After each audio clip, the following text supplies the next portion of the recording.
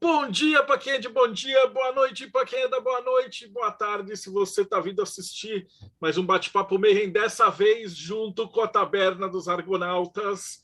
E eu vou chamar para me ajudar a apresentar esse programa, Ingrid. Como que você está? E aí, Marcelo, tô ótima. Muito feliz de estar aqui mais uma vez com vocês do Mayhem. Essa parceria é tudo para mim. Mais feliz ainda de estar hoje com você entrevistando a Verônica Rivas, né? Falando um pouco sobre Maria Padilha. E aí, Verônica, você está bem? Como é que você está? Tudo bem, gente. Muito obrigada pelo convite. Uma honra estar aqui com vocês, realmente. E, bom, espero que seja que a gente tenha um papo legal hoje, né? Falar coisas interessantes. Não, vai ser muito massa, assim. O pessoal que veio aí no YouTube já vem seco, porque eles lêem assim Maria Padilha, Quimbanda, tal, e é onde a gente tem mais views. A galera curte muito. Se bem que a gente estava conversando antes de gravar e tal, a tua especialidade são os ritos orientais, essas figuras. A gente vai falar um monte de coisa, não só de Maria Padilha, mas a gente vai falar de um monte de coisa legal, né?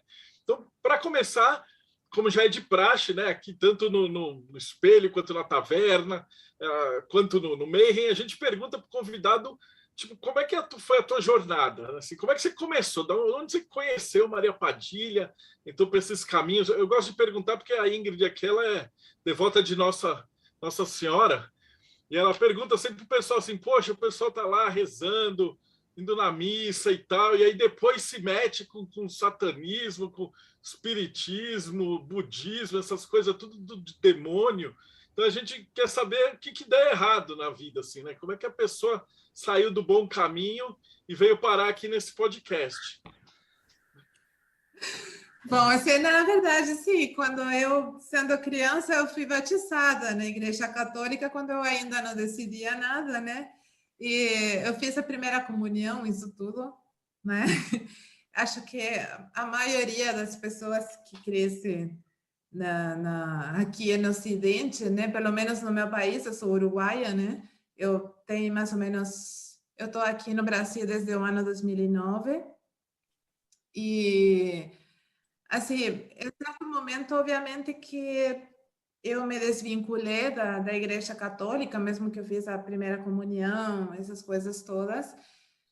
E a primeira, vamos dizer, uma primeira aproximação a outros tipos de vertentes, outros tipos de olhares, tá? De olhar o mundo, de interpretar espiritualidade. A primeira vez que eu comecei a olhar sobre espiritualidade, esse tipo de coisas, mas foi porque quando eu estava no equivalente aqui no Brasil, no ensino médio, na aula de filosofia, eu tinha que fazer lá é praticamente obrigatório fazer um trabalho monográfico. A temática esse ano que a professora escolheu foi as culturas de Oriente e Ocidente. Então, eu comecei a pesquisar e o primeiro que eu pesquisei, o primeiro que me chamou muito a atenção foi o budismo. Então, justamente o budismo, ele me chamou muito a atenção pelo fato de a diferença que tem de enxergar a vida. Aí comecei também a ler para esse trabalho sobre o hinduísmo, mas era tudo coisa bem básica, o que eu podia naquela época, né, encontrar numa biblioteca, porque eu não pesquisava na internet. Imagina, estou falando quando eu tinha uns 16 anos e eu estou com 43, não era essa época fácil que a gente tem agora, com um acesso muito maior a acervos bibliográficos, né? Então, ou seja, todas essas, tanto o budismo quanto o hinduísmo, eles me chamaram muito a atenção, sobretudo dessa coisa que era uma coisa que eu questionava bastante do cristianismo, que era o fato da pessoa estar pedindo favor de supostamente um ser superior para consertar a sua própria vida. E quando eu me deparo com essas outras doutrinas, que elas falam, não, você faça, você perceba o que está acontecendo e você faça porque o potencial está em você, não está lá fora. Então, ou seja, quando essas doutrinas que começam a colocar, que para mim era maravilhoso, né? Para mim foi assim, eu fiquei muito emocionada quando eu li todos esse tipo vamos dizer, esses pensamentos, esses autores. Isso que hoje em dia, que depois eu pesquisei bastante sobre o assunto, que eu escrevo sobre o assunto também, eu percebo que aquilo que eu li era uma coisa bem básica e bem preliminar, mas foi meu início, né? E depois eu continuei pelo yoga, que eu sou uma apaixonada do yoga, e eu sempre tive a tendência de ler muita doutrina, de muita parte, a parte teórica, vamos dizer, desses caminhos, né? Até que, por uma série de coisas que não deram certo, e também pelo meu interesse antropológico, porque eu, na verdade, comecei a estudar filosofia e comecei a dar aulas de filosofia também no ensino médio no meu país, mas meu propósito era estudar antropologia.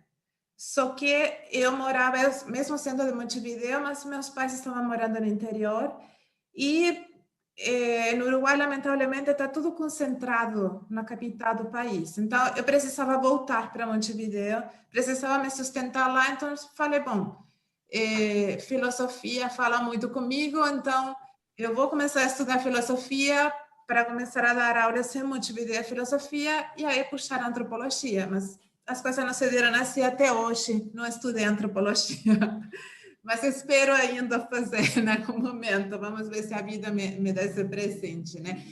Mas por esse interesse, assim, e por certas coisas que não deram certo, saí do meu país, fui para o México, tentar estudar antropologia lá, não consegui ficar lá, voltei. Bom, foi nesse momento, aí que era um momento bastante de crise comigo mesma, seja na parte intelectual, acadêmica, na parte espiritual também, foi que eu conheci um terreiro. Foi a primeira vez que eu conheci uma mãe de santo. Eu não era uma pessoa dada a consultar oráculos, né? E assim, mas como eu estava tão sem norte, e eu fui a consultar oráculo com ela. Daí a consulta de oráculo se transformou em uma conversa sobre o africanismo, sobre todas essas coisas que ela era apaixonada de falar. Ela tinha caminho pela santeria, pelo palo mayombe e coisas assim. Para mim, para um apaixonado pela antropologia, aquilo era maravilhoso falar com ela. Então, acabou com um convite para presenciar o que eles chamavam de sessão, ou seria uma shira, acho que você chama shira, não sei, né? E eu pedi para poder fazer notas, essas coisas assim. Então, bom, chegou o dia, né? E quando eu vi todo aquele ambiente, sobretudo o tambor começou a me causar uma impressão bastante... Eu nunca tinha conhecido uma coisa assim, né? E no início eu realmente estava meio como com um pé atrás, porque para mim eu era uma mentalidade muito lógica, muito que eu tinha que passar tudo pela lógica mesmo, e aquilo não me parecia assim, mas me parecia, eu estava curiosa, me parecia interessante. O assunto é que o espírito que eu vi em terra pela primeira vez ali incorporada na Mãe de Santo foi a rainha das Sete Encruzilhadas. E essa rainha das Sete Encruzilhadas, quando chegou, ela foi e se abriu caminho até a mim. E ela falou para mim, Maria Padilha. Aquilo foi, simplesmente não entendi nada, assim, mas as coisas foram evoluindo até que no momento eu me encontrei integrando a linha, porque eu pedi para a Mãe de Santo que eu queria, eu falei que eu queria seguir esse caminho, eu queria conhecer esse caminho. E aí foi que fui na primeira vez, eu fiz e, bom, foi dito para mim que a minha entidade era Maria Padilha, Rainha das Almas. E ela era a chefa desse terreiro. E no momento ela chegou e ela mesma falou isso quando chegou na própria chefa do terreiro, né? E daí começou vamos dizer, minha vinculação com Maria Padilha, que para mim, assim, quando alguém me pergunta sobre esse vínculo, sobre essas... para mim é muito difícil falar, porque primeiro que me emociona muito por algum motivo, assim, eu não sei explicar o que eu senti, mas eu senti quando eu sinto os contatos com ela, eu sinto o contato como, desde a primeira vez, como era alguma coisa que eu conhecia desde muito antes, que era muito familiar a mim. E, assim, eu comecei a desenvolver, desde o primeiro dia, um profundo amor por Maria Padilha. E conforme o tempo foi passando, mesmo que eu me afastei desse terreiro por divergências com as mesmas práticas que às vezes se faziam, não? Então, mas eu nunca me afastei de Maria Padilha. Eu sempre continuei cultuando Maria Padilha do meu jeito. E, assim, mas lógico que ter me afastado causou uma mudança bastante importante, sobretudo porque certas coisas que eu tinha visto ali, eu tinha aprendido ali, eu tinha começado a ler sobre a Quimbanda, aprender sobre a Quimbanda, não batia com aquilo, não me parecia que batia com tudo o que era meu caminho anterior, que estava relacionado ao yoga e a essas coisas assim. Só que eu logo, isso fui perceber justamente através do yoga, através do reiki, através de estudar essas e de praticar essas linhas todas, eu acabei me iniciando no budismo Vajrayana, que é o budismo tântrico, né? E foi quando eu comecei com isso, comecei com essas práticas, que eu comecei a ver que aquelas diferenças que eu sentia antes entre a Quimbanda, estavam somente na minha percepção. Porque, na verdade, quando eu comecei a aprofundar, e muitas vezes também até fora, porque eu muitas vezes falo sobre... Eu sou uma apaixonada de muitas divindades do budismo Vajrayana, de fato... eu sou devota de Kurukula, eu escrevi um livro para ela, um devocional para ela, que foi publicado pela Anátema agora, mas, assim, muitas vezes as pessoas têm uma visão, até os próprios budistas do budismo Vajrayana, como que eles são uma espécie de elite, como que eles são donos daquela divindade, é a mesma coisa que às vezes o Lama fala, então... sempre tive uma natureza um pouco rebelde. E acho que por isso que a Quimbanda, nesse aspecto, fala muito para mim. Porque a Quimbanda me deixou livre, né? Para mim, eu experimento a Quimbanda com essa liberdade. Para mim, Exu é essa liberdade. Então, se para mim um quimbandeiro vem e me diz, não, você tem que ficar aqui nessa caixinha, nesse quadradinho, para mim isso não é Quimbanda. Eu respeito... respeito tudo, pode ser, pratique desse jeito, mas eu estou fora. E é a mesma coisa que eu cheguei, e assim, quando eu comecei a estudar pela minha parte, sozinha, o budismo tântrico, o budismo Vajrayana, mais concretamente, eu comecei a perceber essa mesma coisa, né?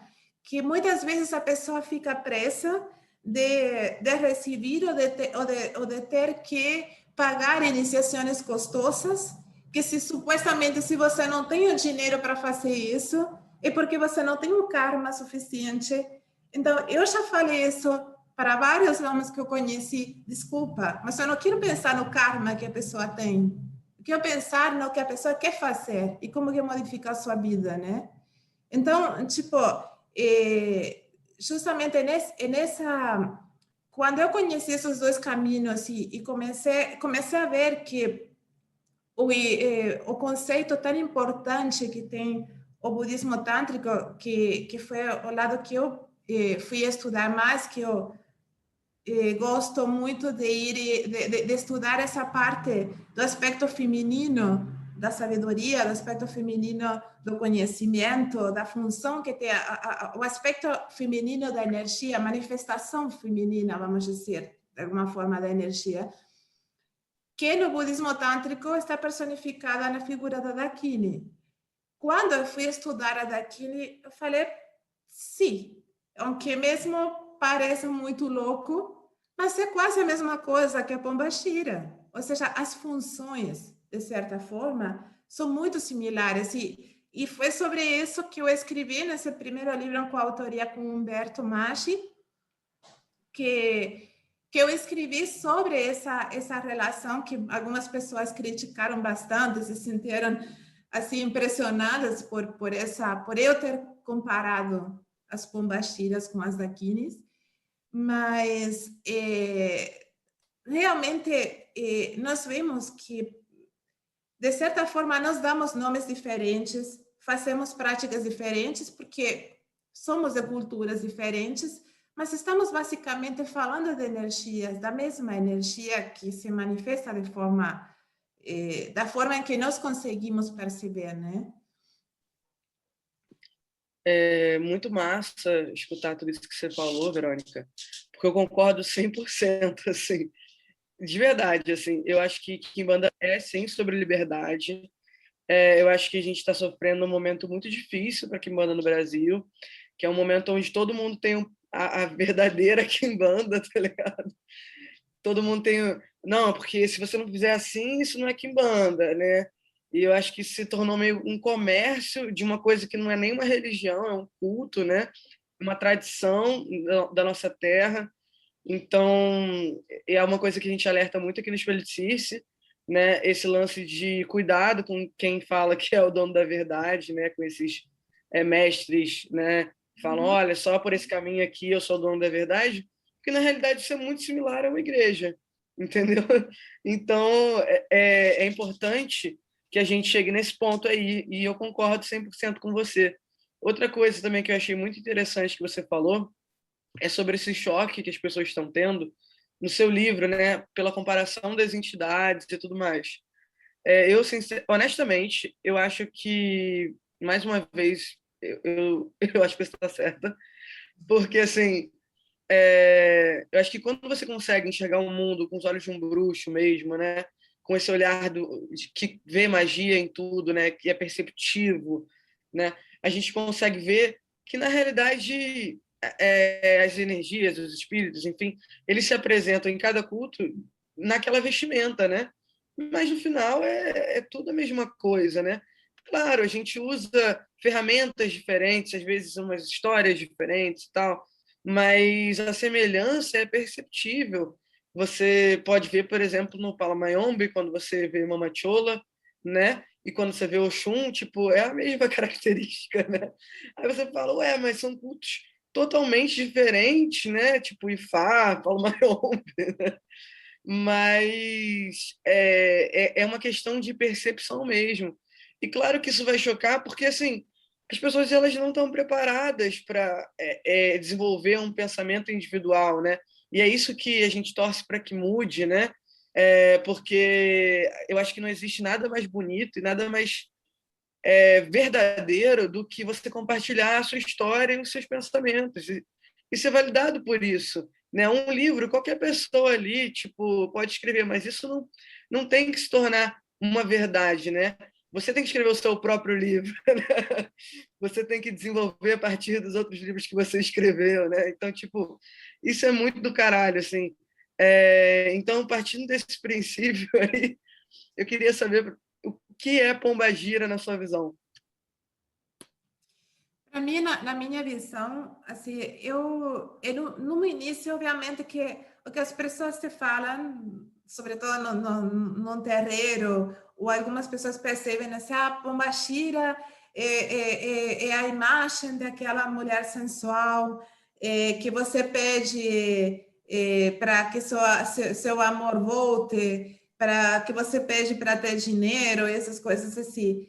E hoje em dia, essa foi a primeira visão que eu recebi, só que eu não engoli aquela visão, né? Porque o que eu sentia em relação a Maria Padilha estava muito além disso. Então, para mim, Pombagira é como se fosse um princípio ativo do próprio conhecimento, da própria possibilidade do conhecimento, né? Então, é dizer, para mim, Pombagira vamos dizer, uma manifestação feminina da sabedoria que permeia todo, que podemos chamar até de magia, se a gente quer colocar nomes, podemos chamar energia, magia, ou o que seja mais familiar para cada um. Mas, para mim, a Pombagira, ela representa essa essência que não, que na verdade também está além das polaridades, né? E vamos dizer, que no meu caso, no meu ver, é através desse contato, através desse cultivo que a gente pode atingir outros estágios, outros níveis nas nossas práticas. E, ou seja, ela se viste dessa roupagem mundana, o qual facilita para nós. Porque se ela aparecesse como ela é só essencialmente, né, para a gente ficaria longe. Então, eu acho que a Pombagira também é uma ponte a tudo aquilo aquilo que queremos chegar, ou aquilo que nós somos essencialmente, mas que não percebemos, né? Assim, a minha opinião, e tipo, quando as pessoas me dizem, não, mas então essa coisa da mulher sensual, lógico, ou seja, isso é também, mas não é exclusivo nem é inclusivo, né? Ou seja, nós não podemos ficar somente nessa visão de Pombagira como aquele desborde de sensualidade, o qual também é, porque nós também precisamos disso. O que acontece é que nós às vezes vemos a sensualidade como uma coisa já diretamente ligada ao sexual, né? Muitas vezes nós vemos o erótico ligado diretamente só ao sexual e não vemos como uma característica que está em todos nós como seres, como uma energia que ela é e que é possível de ser usada em nosso benefício para conseguir. Eu acredito que nós podemos atingir níveis de conhecimento cada vez mais superiores. E a Pombagira é o caminho de atingir esses objetivos, né? Eu não sei se você concorda, mas eu acho que essa questão da gente sempre olhar Pombagira, né, assim, quando começa, obviamente, né, como essa figura super sensual e é só isso e tal, vem muito da nossa cultura mega machista, né? De objetificar até os espíritos, né? Você fala assim, caralho, sério que a gente está passando por isso? Né? Não era para a gente estar vendo isso. Até porque Pombagira não está aqui só para trazer amor para ninguém. Inclusive, Exu também traz amor para os outros, né? Mas não é muito usado para isso. Eu acho que também por conta da cultura que a gente tem, né? Eu tenho certeza que sua Pombagira limpa, protege, né? Faz tudo por você, né? Para mim, por exemplo, no meu caso, para mim, Maria Padilha, como Pombagira, no seu rol como Pombagira, para mim, ela é uma guia, ela é uma proteção, ela é aquela que quando eu estou perdendo o rumo, o foco, eu chamo ela e ela me traz de volta. Então, ou seja, por isso que ou seja, isso de eu comparar as pombagiras com as daquines, a daquine tem essa função dentro do hinduísmo, sobretudo dentro do budismo vajrayana, né? Do budismo tântrico, ou seja, eu sinto na minha prática esse vínculo. Então, quando eu falo disso no livro, é porque eu senti esse vínculo e quando eu comecei a estudar teoricamente isso, eu consegui descrições que conseguiam apoiar aquilo que eu sentia na minha prática. Geralmente o que escrevo nos meus livros são coisas que saem da prática, que eu tento procurar a parte teórica para dar um respaldo e ficar um pouco mais séria, porque senão a pessoa acha é só o papo da cabeça dela, né? Mas se a pessoa vê, não, olha só a definição aqui, acho que fica mais claro, né? Com certeza.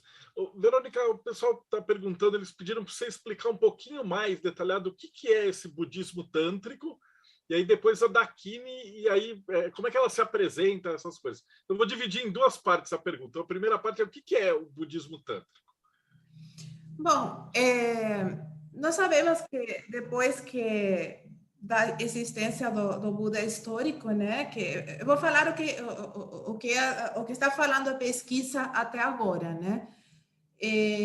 Basicamente surgiu o que chamava a escola antiga, né? Que era a escola Theravada, que é o tipo de budismo que é mais praticado, por exemplo, na Tailândia. Aqueles templos monumentais que a gente vê na Tailândia é basicamente o budismo Theravada, né? Que é também chamado, às vezes até mal chamado de Hinayana, que quer dizer o veículo menor. Daí surgiu o que se chamou de budismo Mahayana, que seria o chamado também Mahayana, que quer dizer também veículo maior ou great vehicle. Aí, supostamente, dentro do budismo Mahayana, começaram em algum momento, alguns dizem século VI, outros dizem século VII, VIII, aparecer o que alguns consideravam de monges hereges, produzindo certos tipos de feitiços dentro do budismo, né? Que eram tipos de fórmulas mágicas, que estou fazendo a história bem o mais curtinha possível, mas tipo fórmulas mágicas que eram para a saúde, até também para coisas amorosas e coisas assim, né? Tipo, porque também existem essas coisas dentro do budismo, né? Só que às vezes não é tão divulgado. Mas em certo momento isso coincide também com um movimento que se chamou, apareceram certos sábios errantes, chamados, conhecidos atualmente, historicamente, como os 84 Mahasiddhas. Mahasiddhas é como grande sábio, né? Desses 84 Mahasiddhas, 4 eram mulheres, e a gente tem linagens delas até agora, né?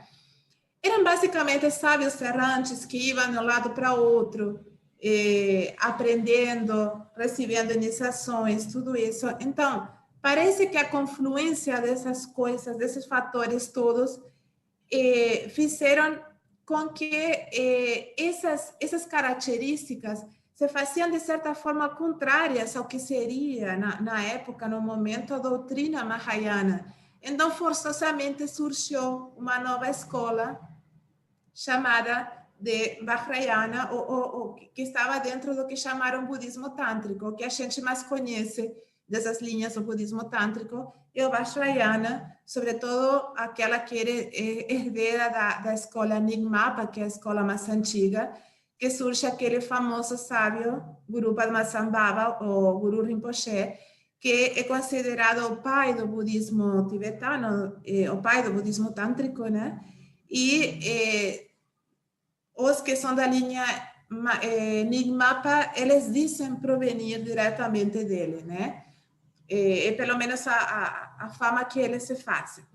E o que acontece dentro, dentro do budismo Vajrayana, como tântrico, ou seja, a base das práticas é o tantrismo, né? Mas aí o que acontece? O tantrismo já estava bastante bem desenvolvido na Índia nesse momento. Mas quando nós falamos de Tantra, porque muitas vezes, atualmente, nós vemos Tantra em tudo. É massagem tântrica, mas, tipo, eu quase que diria que falar de Tantra e não dizer se estou falando do Tantra indiano, se estou falando do Tantra budista, é até errado, né? Porque eles se desenvolveram bem diferente. Na Índia tem várias escolas tântricas que evoluíram e se foram desenvolvendo de uma forma que logicamente influenciaram a entrada do tantrismo no budismo, né, que foi a dar com a surgimento dessa rama, dessa diversificação do budismo para o budismo tântrico. Então, o que acontece? Mas ela se foi desenvolvendo tendo em conta os elementos, porque basicamente o budismo Vajrayana, que é o budismo bastante praticado no Tibete, chamam também de budismo tibetano, e esses... ele pega muita coisa do antigo Bonpo, que era a religião que existia, era uma religião mais de corte mais xamânica, né, que existia no Tibete antes da entrada do budismo, e ele pega muito, obviamente, do Tantra, porque o nascimento dessa nova escola, dessa nova rama do budismo, ela está marcada por esses sábios, por esses mahasiddhas, né? A gente muitas vezes não sabe quanto que se deve a eles, mas que se deve a eles é uma certeza, né? Aí, no caso, a figura, vamos dizer, as divindades, o jeito das práticas, que acontece ser parte da base. Quando falamos de Tantra, partimos no Tantra relacionado ao budismo, né? O Tantra budista que os pesquisadores falam. Nós estamos falando de uma possibilidade de que nós não estamos praticando com divindades para atingir uma coisa que está fora de nós. Nós somos seres totalmente... vamos dizer, somos os seres búdicos, somos os seres Vajra, só que nos identificamos mais com a nossa mente dualística, nossa mente mundana, então isso não nos permite ver o que realmente nós somos. Então, o caminho do budismo tântrico em geral, e do Vajrayana em particular, é justamente aquelas práticas que levem a você reconhecer o que você realmente é. Então, a divindade não está fora de você, a divindade está em você. Então, eu não tenho nada que atingir, eu sou 100% completo, só que eu tenho que perceber que eu sou. Seria basicamente isso, né? Mas é fantástico. E tem incorporação também nessa tradição? Você falou da semelhança entre o budismo tântrico e a Kimbanda. Uhum. Você podia falar um pouquinho mais dessa parte? Assim, o que acontece? Dentro do budismo tântrico tem as divindades, se vocês veem, são divindades extremamente erotizadas, que isso vem parte de muitas vezes dos templos da Índia, que nós vemos aquelas divindades, ou seja, que chamou a atenção daqueles primeiros religiosos que chegaram lá na Índia, né? E essa foi a nossa visão, a nossa primeira visão de Tantra aqui no Ocidente. Veio de parte de exploradores e de parte daqueles mandados pela corona britânica, né?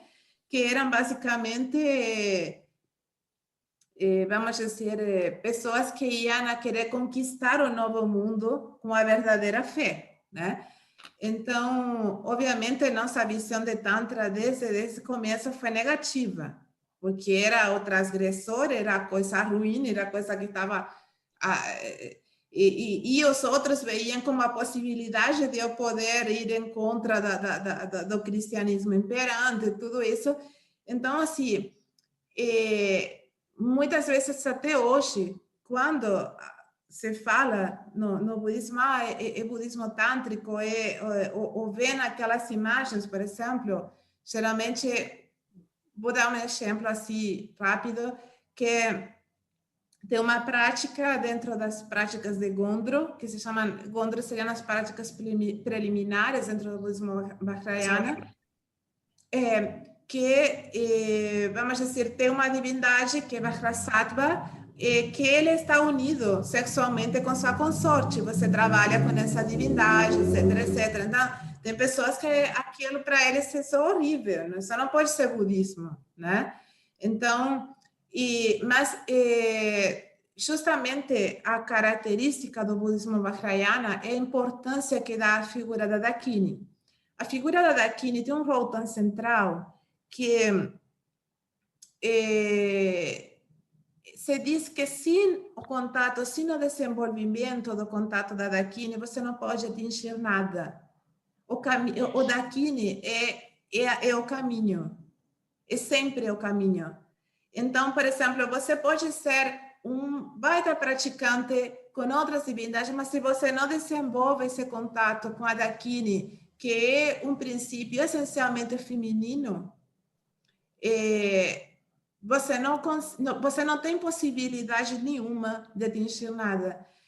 E sobre as incorporações, assim, muitas vezes se vê assim, eu lembro a minha primeira iniciação no budismo Vajrayana, e obviamente que certos budistas vão ficar bravos comigo falando disso, mas para mim, eu recebi esse empoderamento, essa iniciação de uma lama mulher, né?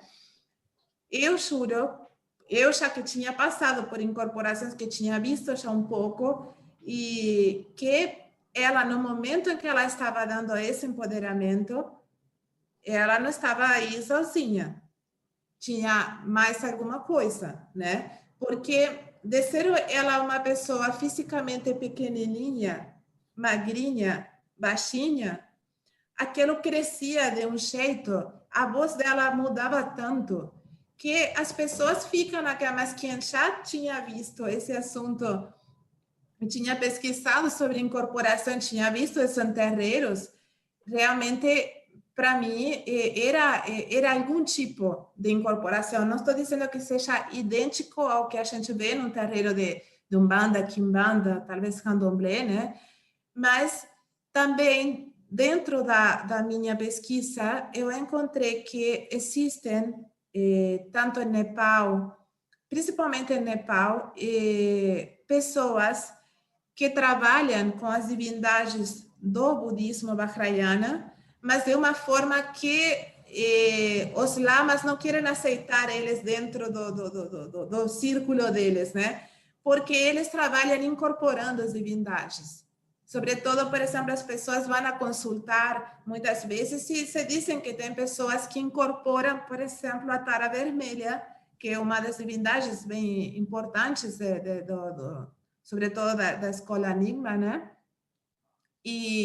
Mas isso se mantém como se fosse uma prática indigente, porque é como que se... acho que com essas coisas acontece... Quando se secularizam as coisas, se você estuda o desenvolvimento do Shinto, que eu estudei por conta do Reiki, você vai ver que quando o Shinto se seculariza e se torna religião de Estado, o Shinto perde a essência do shintoísmo, né? Porque aquela parte toda animista pareceu sumir, né? No caso, por exemplo, quando o budismo já começa a se transformar numa religião, eu acho que eles começaram a ir, isso não pode ser, aquilo não pode ser feito, mas eram coisas que estavam no início. Eu percebo que o budismo Vajrayana que a gente pratica, o que a gente poderia praticar hoje em dia, está longe de ser o que ele era nos seus inícios, né? Então, mas, se existem... Oi? Mas se o pessoal acaba ficando tão com vergonha, constrangido ou bloqueado, né? Eles falam assim, também, mas aqui também é mais ou menos assim, né? Ele foi demonizado. A gente tem... eu imagino que deve ter sido a mesma coisa para eles. Essas divindades agora são tudo demônio e eles são levados meio de escanteio, não? Sim, assim, o que acontece? As pessoas muitas vezes, e vou contar uma experiência que eu tive pelo meu livro de Curukula. Tem umas pessoas, eu vou mostrar para vocês qual é o livro. Essas são as duas edições dele. Ele foi publicado pela Anathema, então ele tem uma parte histórica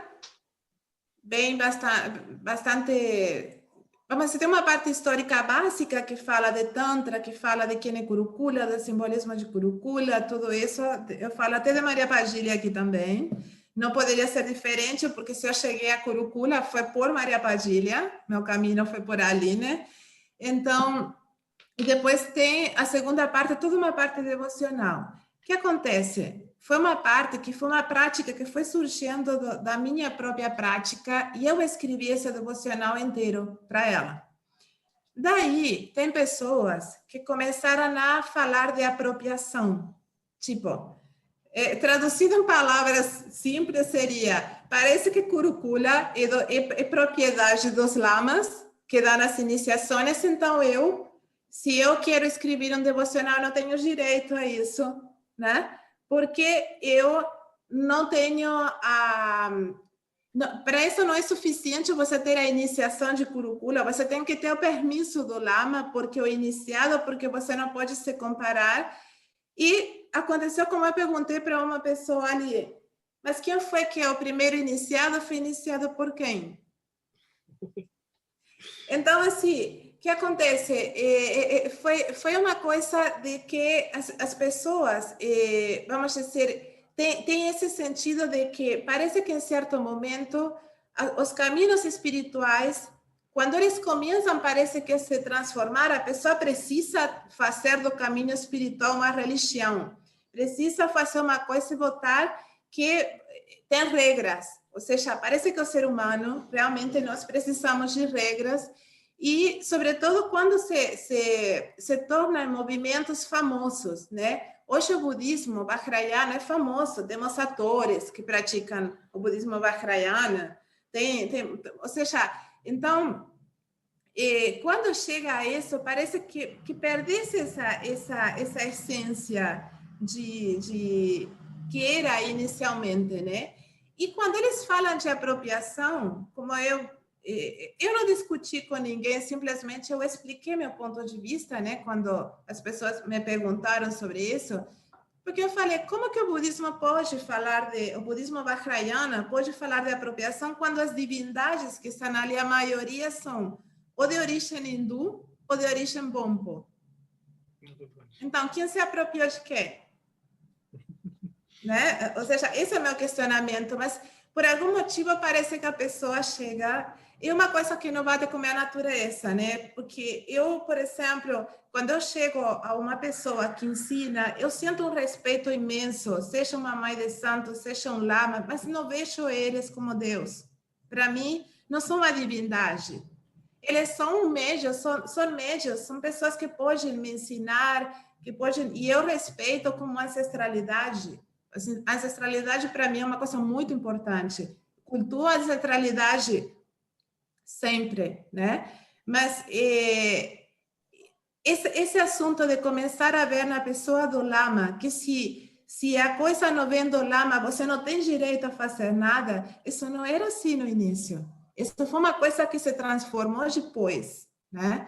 E foi até complicado achar uma pessoa para fazer a arte do livro, né? Por conta disso.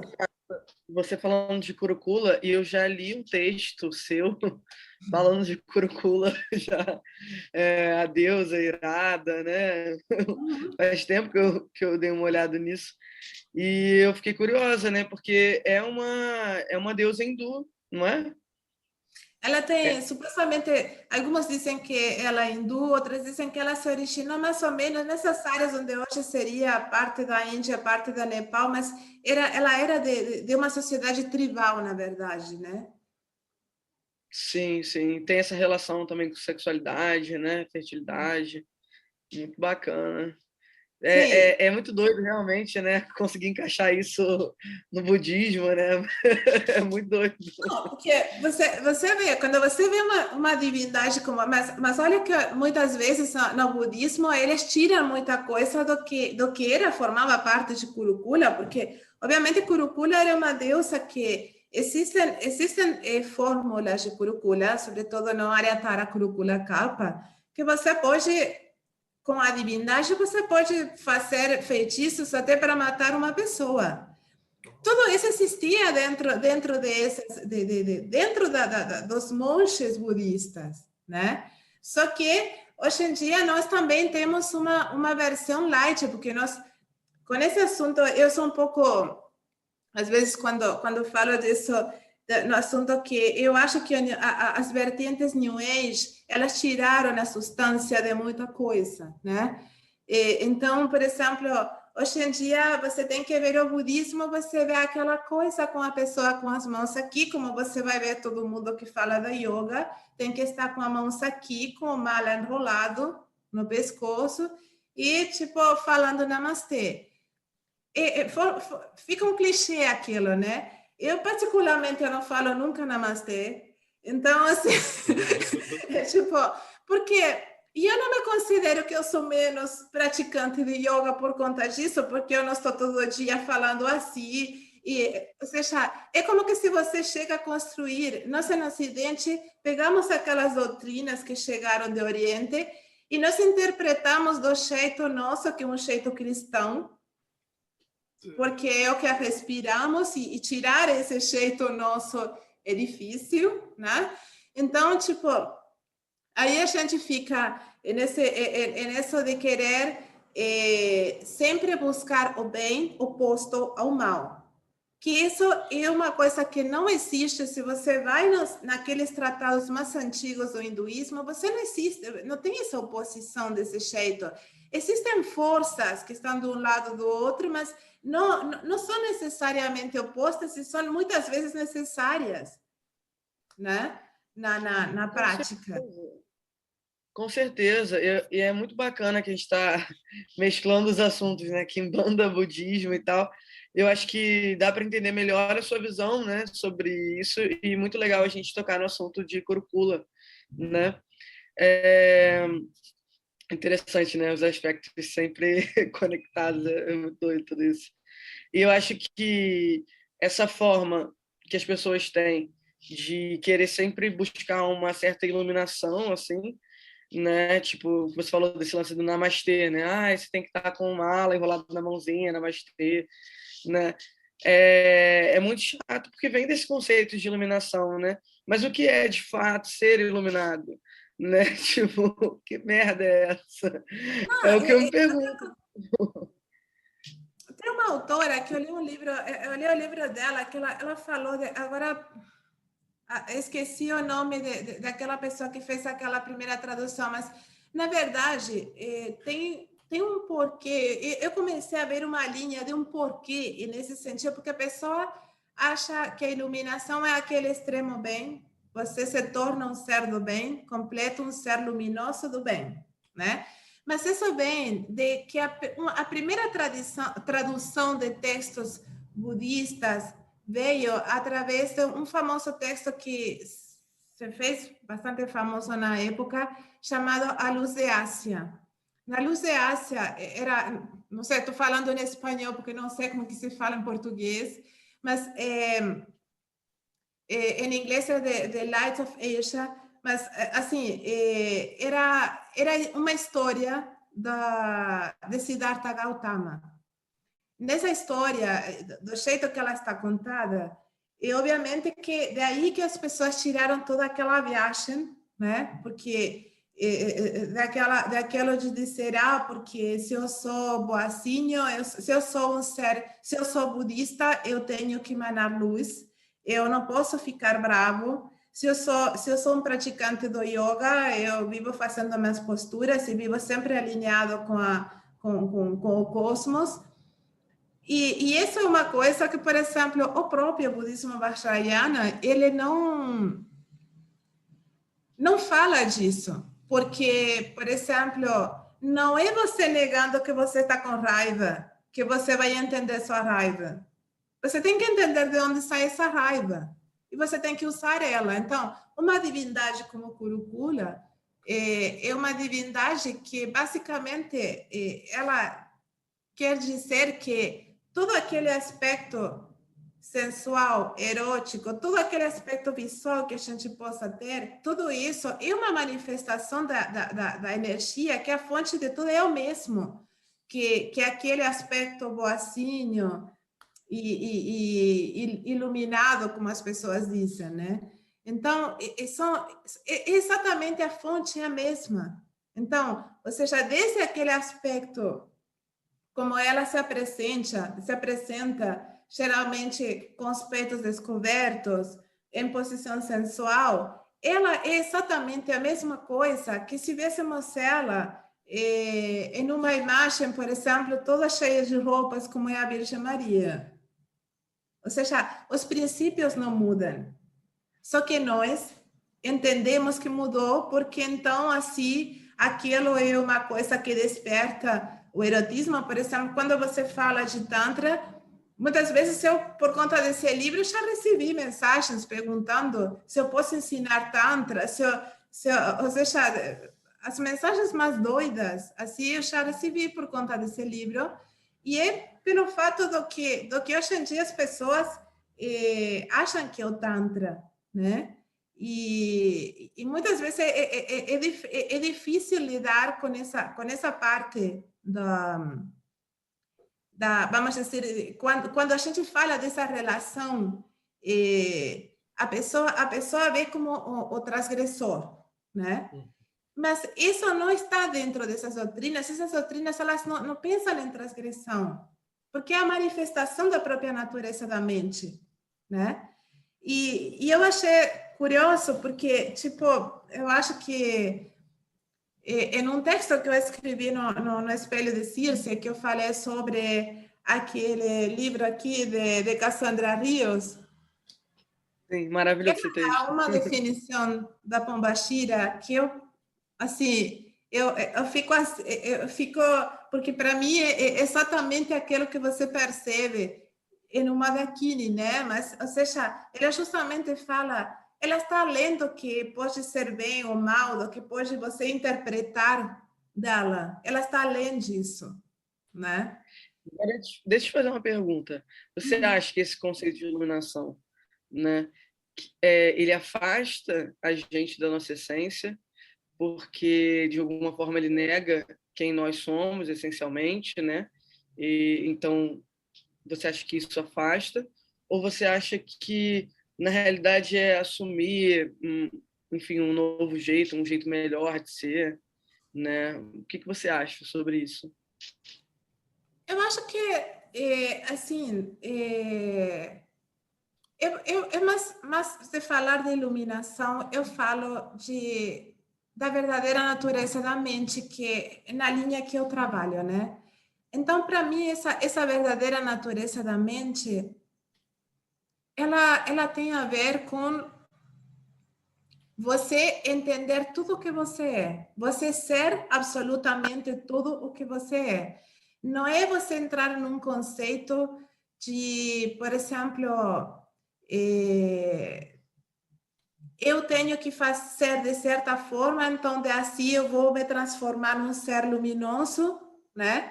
E esse ser luminoso está deletando, está apagando aquele ser escuro que eu era.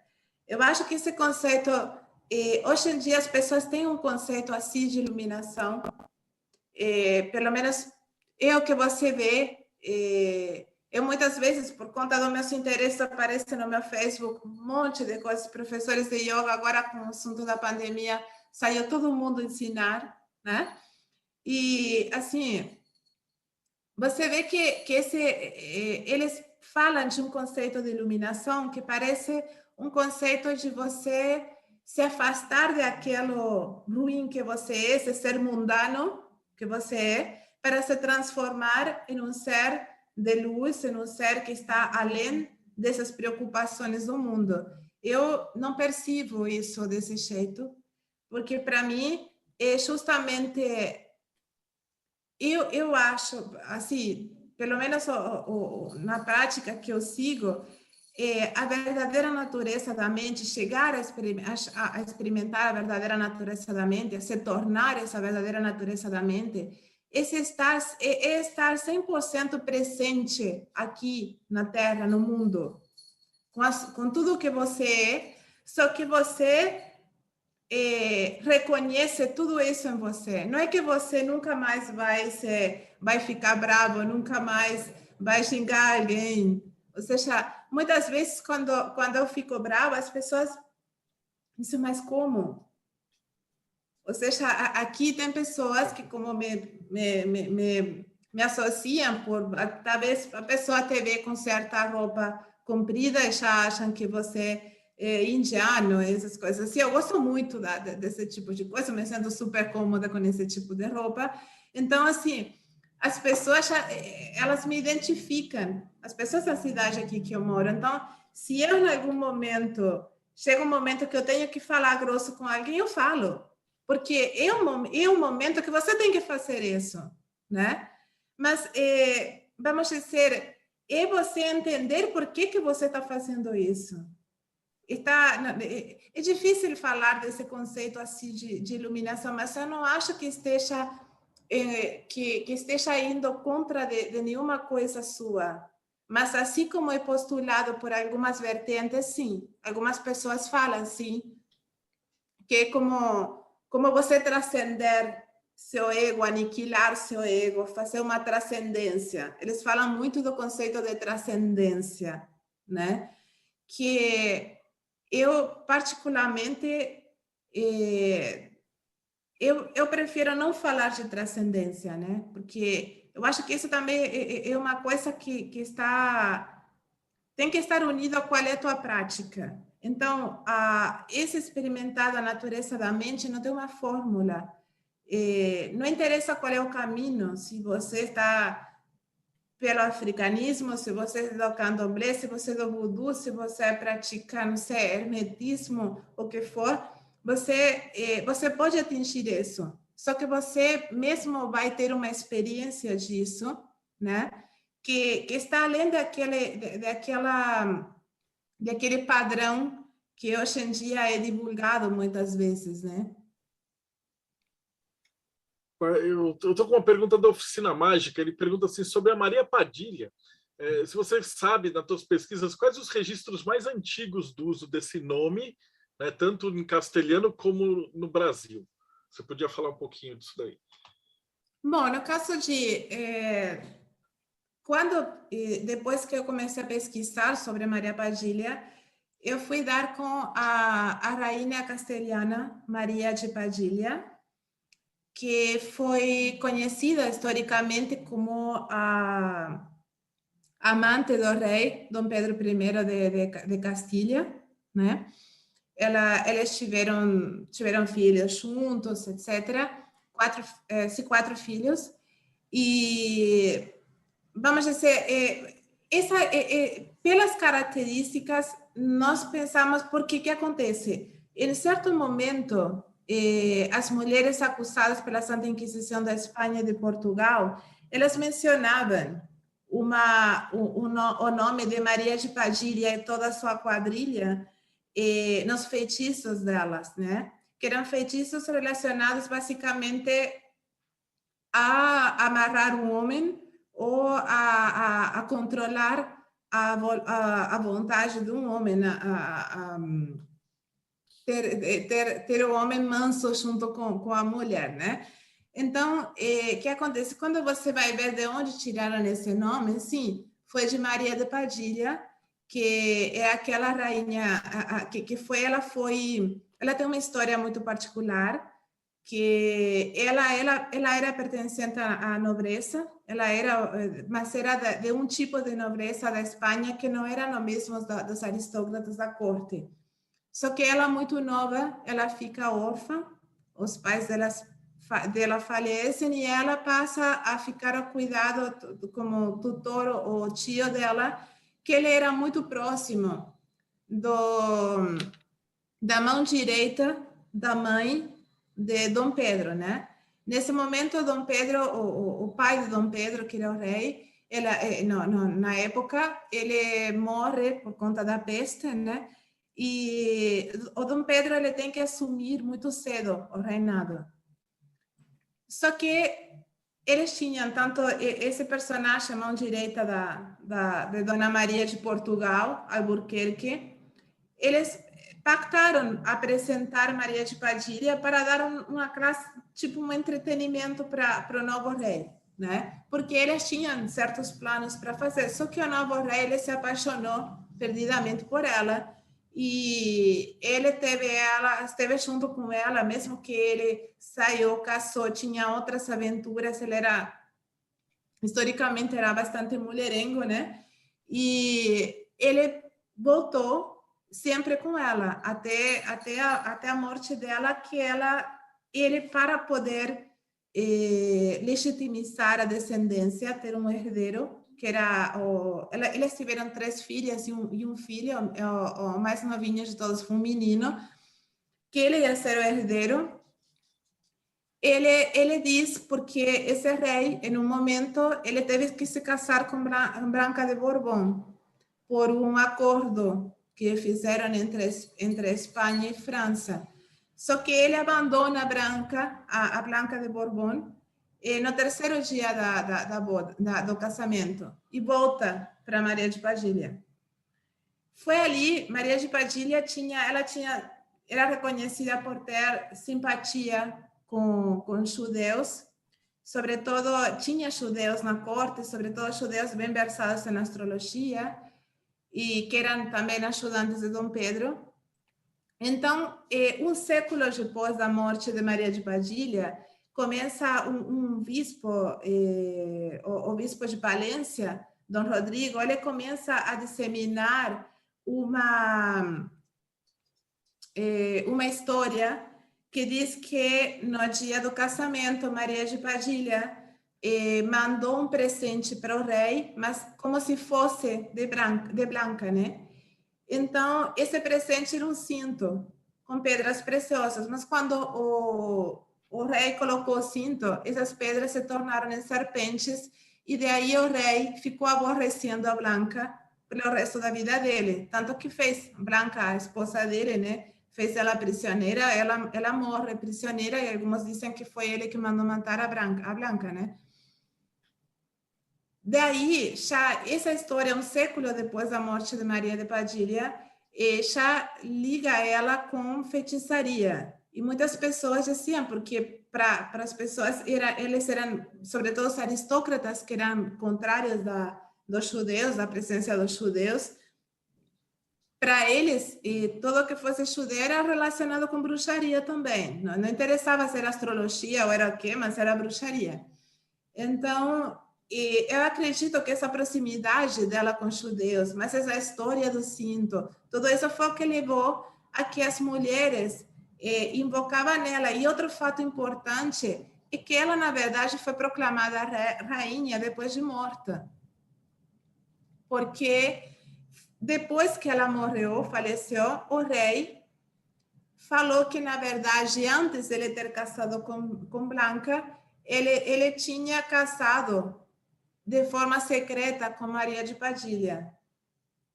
Então, que na verdade, ela era a legítima rainha de Castilha e todos os nobres tinham que render homenagem, só que estavam rendendo homenagem a uma rainha morta, né? E eu acredito que todos esses fatos levaram a que as pessoas, o povo, ou seja, sempre tinha aquela coisa sobretudo pelos juglares, aquelas pessoas que iam de um lado para outro cantando as façanhas da corte, a fofoca da corte, né? Então, para eles, Maria de Padilha era uma mulher que tinha característica para eles. Como é que ela conseguiu causar um efeito tal assim sobre o rei? Então, tudo isso para eles, ela tinha que ser uma pessoa importante de alguma forma dentro da magia e ela começou a ser invocada nos feitiços por aquelas mulheres acusadas de bruxaria, né? Essa história é massa demais. A gente vai falar um pouquinho do livro do Rainhas do Quimbanda, mas antes o pessoal estava me cobrando, eu esqueci completamente. O papo estava tão bom. A primeira pergunta que a gente faz para os convidados é o que é magia para você? Eu queria saber a tua opinião, principalmente porque você entrou por catolicismo, depois budismo, depois quimbanda, e aí tem todo esse critério de liberdade e tal. Qual que é a tua definição de magia? O que é magia para você? Para mim, Para mim, a magia é uma força que ela está presente em tudo. Então, eu acho que a pessoa não precisa ter condições excepcionais, não é uma coisa que esteja limitada a certo tipo de características pessoais. Para mim, a magia é uma força que permeia toda a existência, né? Para mim, falar de magia é mais ou menos a mesma coisa que falar de energia, né? Só que que acontece? A gente aprende através dos diferentes caminhos formas de manipular essa energia, né? Então, quando muitas vezes falamos de técnicas mágicas ou de uma intervenção mágica, não é outra coisa que, no meu ver, né, que modificar vamos dizer, a forma em que a energia se manifesta dessa vez. Então, a magia é essa energia, essa possibilidade, essa força que faz que você possa acessar essa energia cósmica e possa transformar ela a seu favor, mudar as condições, seja internas ou externas, né? Talvez para mim, meu conceito de magia é um conceito bem simplista, já que eu não venho da magia cerimonial, nem essas coisas, mas eu vejo a magia, de certa forma, como uma criança, né? Eu vejo a magia como um instrumento simples, que está ao alcance de todo mundo e que só que você precisa acessar ela de diferentes formas. Os caminhos espirituais são essas formas que você pode acessar ela para ter uma experiência mais inteira, mais íntegra dessa energia de você junto com essa energia como parte dela, né? É maravilhoso. O pessoal tava cobrando e falou: pô, como assim você não vai perguntar? Eu falei: eu esqueci, mas estava muito bom o papo. Então, a gente até chegou no assunto, né? Daí tá uma hora conversando, mas e Rainhas da Quimbanda? De onde que surgiu a ideia de fazer esse livro? O que tem dentro do livro? Bom, o livro Rainhas da Quimbanda, vamos dizer, a grande parte do mérito desse livro é do Humberto Maggi.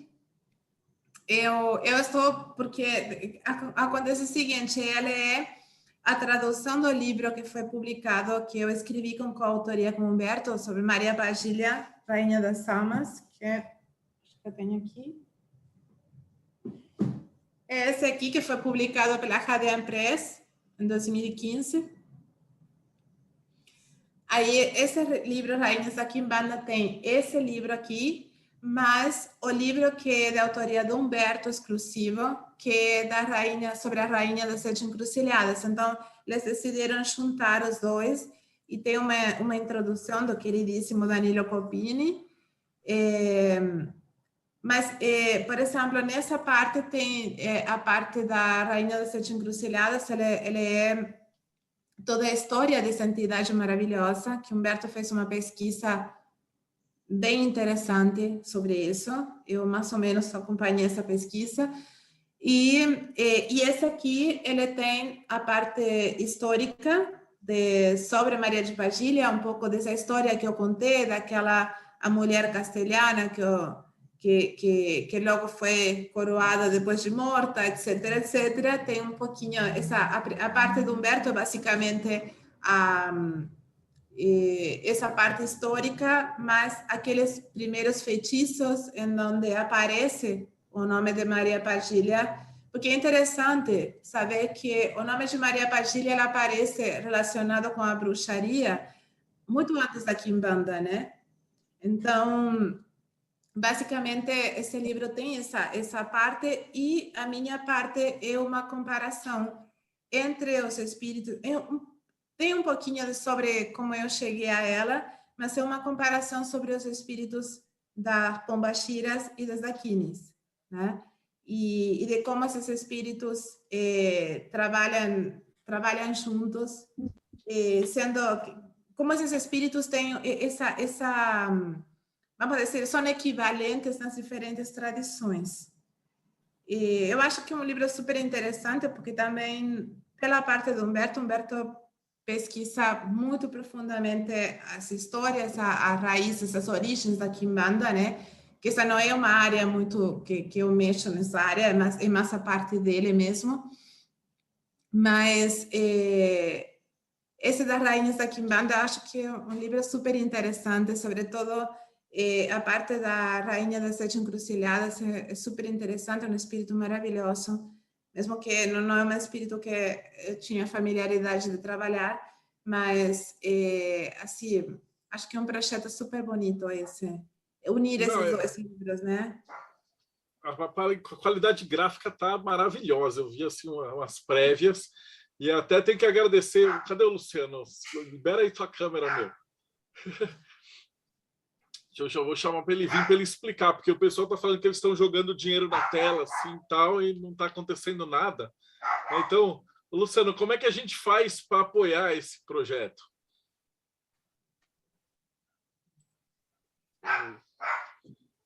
Dá para ouvir aí? Dá para ouvir. E aí, seja muito bem-vindo, Luciano.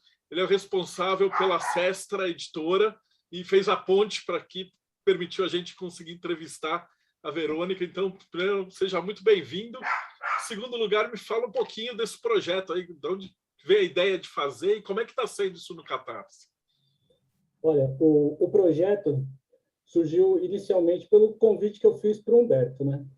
Eu queria, faz muito tempo, publicar um livro dele, pela editora Via Sestra.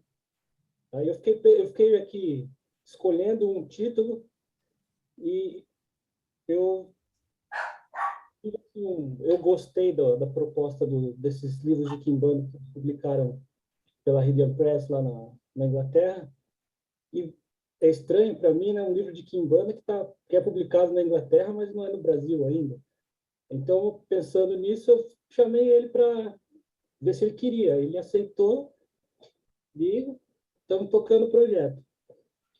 Eu acho que é um livro muito bacana, muito legal. E eu acho que a gente podia fazer um livro com uma qualidade um pouco mais alta, melhor, assim, um livro bonito, para a gente ter com mais carinho, né? A gente que gosta disso. Ou como a gente fez com o Clavis Inferno, por exemplo. Então, a gente decidiu fazer pelo Catarse, um financiamento coletivo, para ver se a gente consegue fazer ele com capa dura, com Dust Jacket, com tudo que a gente pode fazer com ele. A resposta do público, eu acho que está sendo boa. Até o momento, a gente está com uns 28% de meta atingida, o que é relativamente bom, mas ainda está longe do que a gente precisa, né?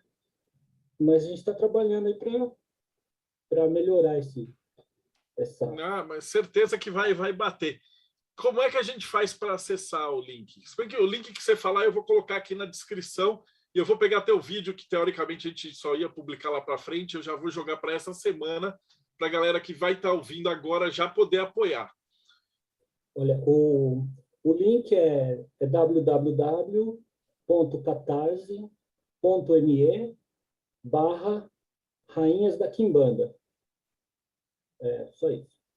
É só entrar lá e escolher os apoios, né?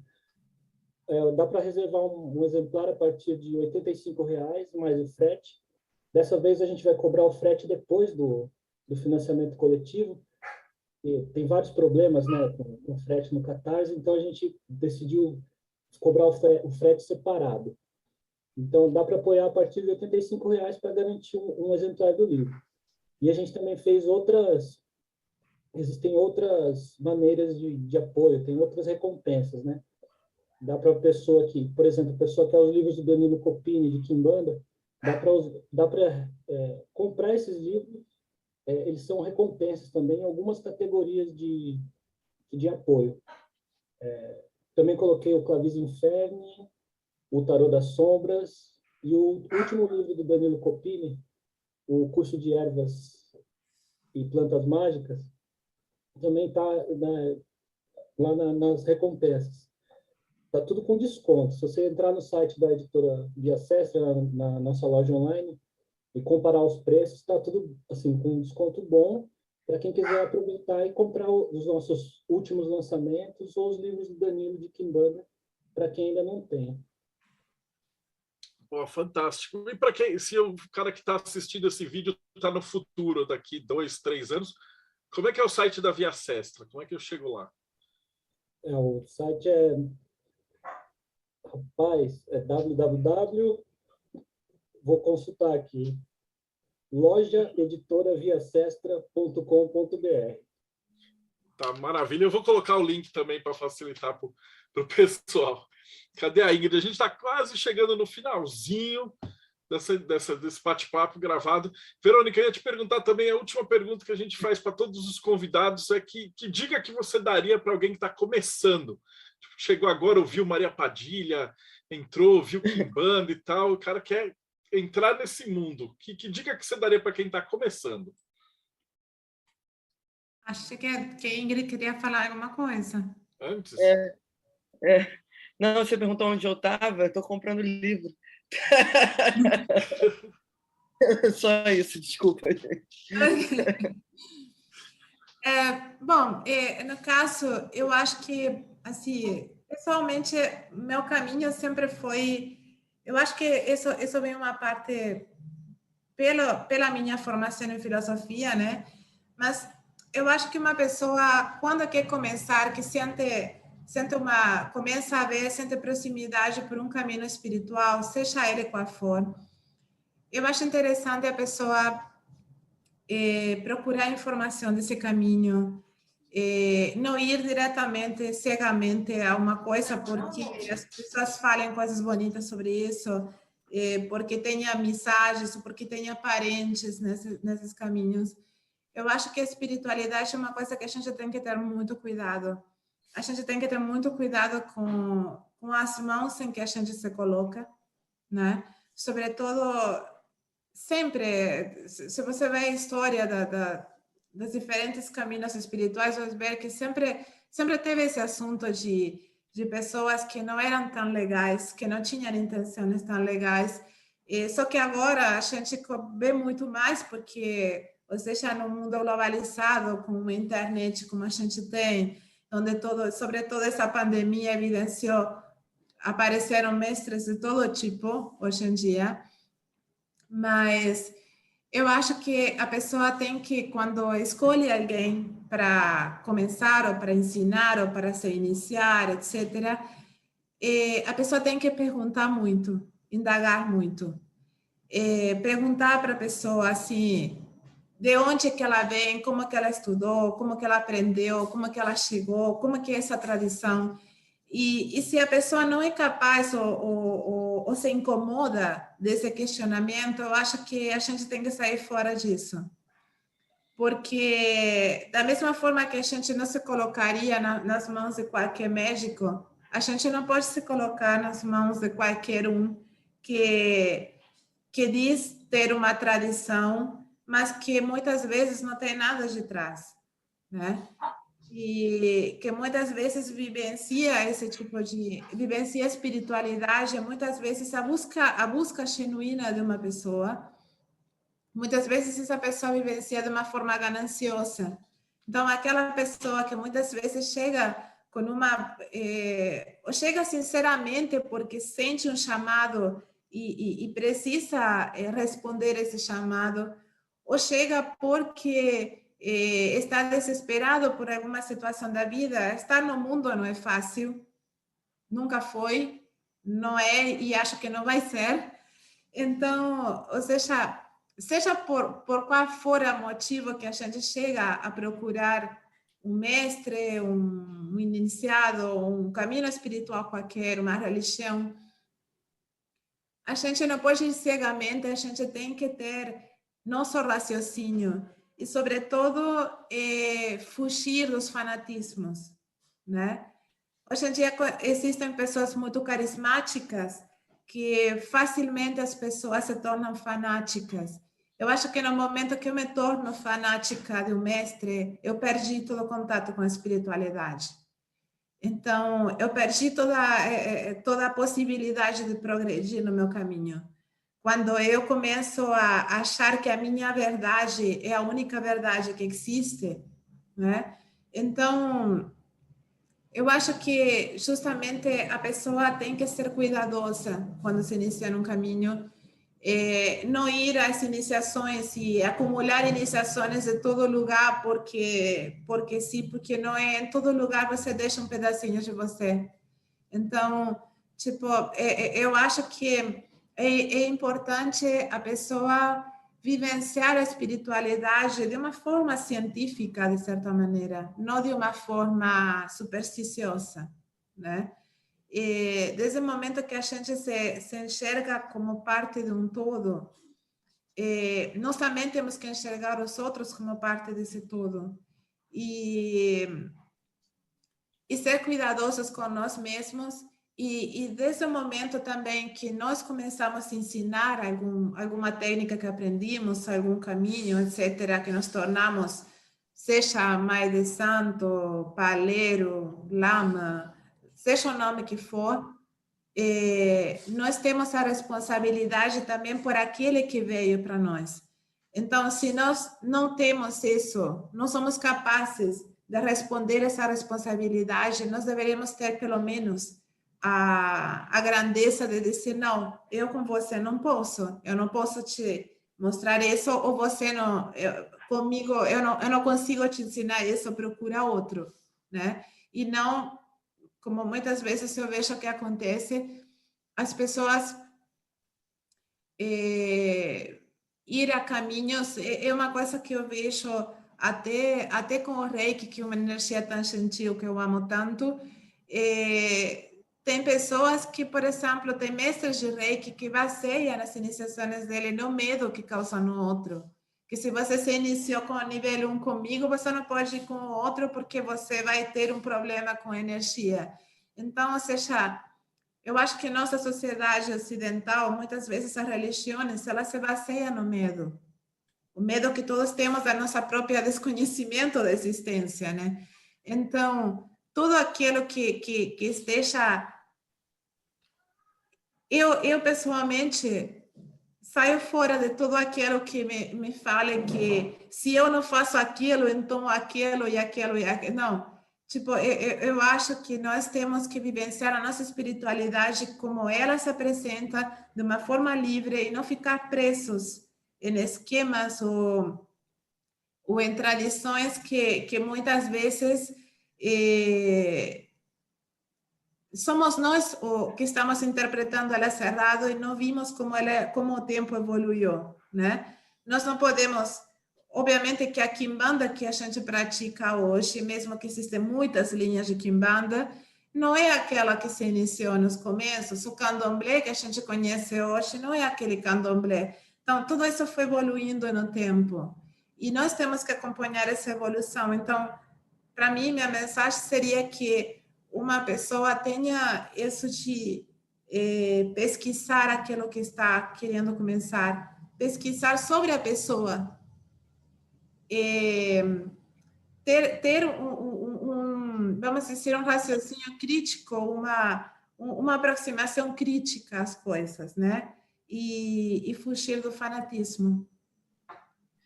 É muito massa isso que você falou, Verônica, porque eu acho que isso é essencial e é justamente o que tem se perdido com o tempo, né? As pessoas, quando vão procurar um lugar, de fato, elas pensam em poder, né? Poder, eu quero poder. E isso é um reflexo muito doido, né? Da própria pessoa, do tipo, se você quer poder, porque você não tem poder, né? E se alguém está te oferecendo um poder, sem falar que esse poder ele tem que vir de você e você tem que desenvolver isso, né? Porque isso é espiritualidade, né? Já está te vendendo um peixe aí muito errado, saca? E eu acho que esse lance do medo que você falou, né? De ultimamente a gente é o que a gente mais vê, né? As pessoas atormentando, botando medo. Você não é capaz de fazer isso ainda, hein? Cuidado, né? Ou cuidado quando você for lá, você vai ter que desfazer todas as coisas, né? Eu acho que isso vem muito dessa coisa das pessoas não respeitarem elas, né? Então, eu acho que quando se perde o respeito, né, quando você não consegue se fazer respeitável diante de outras pessoas, você tenta manipular essas pessoas com medo, né? Porque você não consegue simplesmente ser uma pessoa que transmite conhecimento, né? Enfim, desenvolve ali em liberdade um outro médium, né? A gente está quase encerrando aqui e eu só consigo lembrar da, do início, quando você falou sobre a Quimbanda ser um culto de liberdade, sabe? Quanto mais a gente vê esse lance de guerra, de ego, né? Mesmo o ego também sendo um fator necessário, né, dentro da nossa humanidade, porque é esse ego que traz a gente para se movimentar para certas coisas boas e ruins, né, da nossa vida. Mas é muito massa. Eu me senti de verdade muito acolhida com todas as suas palavras hoje, né? Porque, caraca, é tão difícil escutar uma pessoa que pensa assim, né? E é muito massa. E principalmente por ter uma mulher aqui na taberna, né? Junto com o Mayhem, contando seus pensamentos, sua experiência com Pombagira, né? Acredito que esse lance da Pombagira, quanto mais a gente percebe, né? E quanto mais a gente até falou sobre iluminação e tudo mais, pá, essa conexão da gente com a nossa essência, ela tá muito próxima. Às vezes a gente não consegue enxergar isso, né? Foi isso que eu também peguei muito do que você falou, assim, né? A aceitação da gente como a gente é de verdade. Eu acho que é o caminho. Muito obrigada, Verônica. Muito obrigada a vocês. Eu adorei conversar com vocês. Um prazer. E, bom, estou à disposição. Maravilhoso. Antes só de finalizar, o Ingrid, e se eu for lá, o que é Espelho de Circe e Taberna dos Argonautas? Que o Mayhem o pessoal já conhece, já está vindo. Também não esquece, o Rodrigo está falando, segue o canal, dá like, dá uma olhada que essa é a entrevista número 219, eu acho. Então tem 200 entrevistas desse calibre. Inclusive o Magri, a gente já entrevistou ele, ele falou de demonologia, tá, e eu vou chamar ele de novo depois. Então, pode ir para trás, tem um monte de gente legal. Mas e o Espelho de Circe? O que é? Como é que eu faço para chegar nele? O Espelho de Circe é um coletivo que visa a espiritualidade, né, o desenvolvimento individual, né, visa esse lance de você encontrar a sua própria bruxaria, não importa qual seja, né, você desenvolva a sua visão mágica no mundo, né, então a gente está aqui para desafiar, falar, quebrar certos tabus. A gente conta com um time muito massa de escritores, com a Verônica, Humberto Mag, Nicolai Frisvold, né, a Kati, enfim, de vez em quando também escrevo alguma coisa lá. Nós temos algumas reuniões semanais, né, muito bacanas, um canal no YouTube e também um Instagram, né? Nosso nome em todos os nossos arrobas é Espelho de Circe. Então, YouTube /Espelho de Circe, Instagram, @Espelho de Circe. E a gente também está com um apoio coletivo, né? Para quem quiser, enfim, né, ajudar o projeto, né, dar aquela moral, é o catarse.me/Espelho de Circe. É isso, galera. Muito obrigada aí. Maravilha. Então, muito obrigado de coração, Ingrid, Verônica, Luciano. E você estava assistindo a gente, então segue o canal, dá like e a gente se vê aí no próximo Bate-Papo Mayhem. Tá bom, muito obrigada, Xanti.